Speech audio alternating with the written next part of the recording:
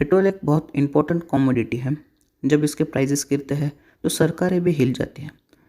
Guys, India में पर litre petrol का भाव 90 से 100 रुपये के बीच में है।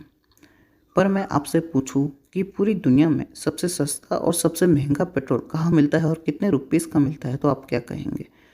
गाइस, सबसे सस्ता पेट्रोल पूरी दुनिया में वेनेजुएला में मिलता है और आप लोग पेट्रोल का भाव सुन के हैरान रह जाएंगे। वहाँ पे पर लीटर पेट्रोल का भाव मात्र 1 रुपये 44 पैसे है।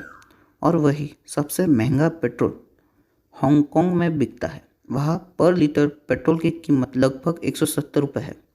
अगर गाइस आपको ये वीडियो पसंद आई हो, इसे लाइक शेयर ज़रूर कीजिएगा और हाँ, हमारे चैनल को सब्सक्राइब करना ना भूलिएगा। Thank you.